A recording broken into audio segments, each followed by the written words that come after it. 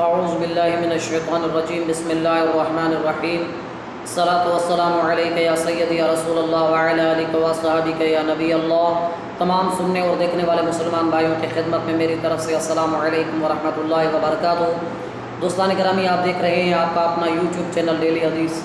انشاءاللہ عز و جل العزیز ہمارے اس چینل کے اندر آپ کو اور ہم سب کو سننے کے لیے حضور علیہ السلام کی حدیث مبارکہ سننے کو ملے گی۔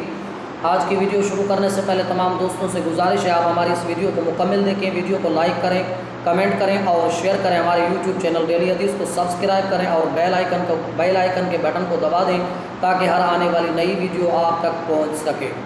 دوستان گرامی، آج کی حدیث مبارکہ یہ ہے کہ سرکار دو عالم صلی اللہ تعالی علیہ وآلہ وسلم نے ارشاد فرمایا، ایک آدمی جس کے والدین دنیا سے وفات پا گئے ہوں، یعنی وفات کر چکے ہوں، ان کی اولاد نے ان کا قرضہ ادا کیا ہو اور ان کی مانی ہوئی بات کو پورا کیا ہو، اگرچہ وہ دنیا کے اندر ان کے نافرمان ہوں، مگر اللہ تبارک و تعالی کے نزدیک ان کا فرمان بردار سمجھا جائے گا۔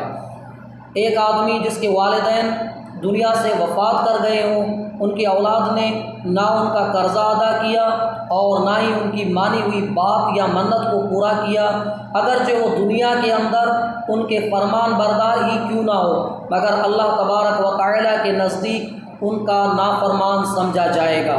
تو دوستان گرامی، اس حدیث مبارکہ سے آپ کو اور ہم کو یہ سبق ملا اور یہ سمجھ آئی کہ والدین دنیا کے اندر جب تک زندہ ہیں ان کا قدر کیا کرو، اور انسان کو قدر تب ہوتا ہے جب ان کے والدین دنیا سے جا چکے ہوتے ہیں۔ جب تک ان کے والدین دنیا کے اندر ان کے سامنے موجود ہیں، ان کی بھرپور خدمت کیا کرو اور ان کے ساتھ حسن سلوک کیا کرو، ان کے ساتھ اخلاق کے ساتھ پیش آیا کرو۔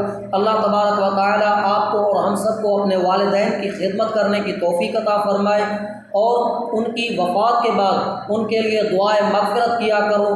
اللہ تبارک و تعالی آپ کو اور ہم سب کو اس حدیث مبارکہ پر عمل کرنے کی توفیق عطا فرمائے۔ آخر میں حضور علیہ السلام کی دربار اقدس کے اندر درود شریف کا ہدیہ پیش کرتے ہیں۔ صلو علی الحبیب صلی اللہ تعالی علی حبیبنا محمد صلی اللہ علیہ وسلم، الصلاۃ والسلام علیک یا سیدی یا رسول اللہ وعلی آلک واصحابک یا نبی اللہ۔ انشاءاللہ عز و جل العزیز ملتے ہیں ایک نئی ویڈیوز کے ساتھ۔ السلام علیکم ورحمۃ اللہ وبرکاتہ۔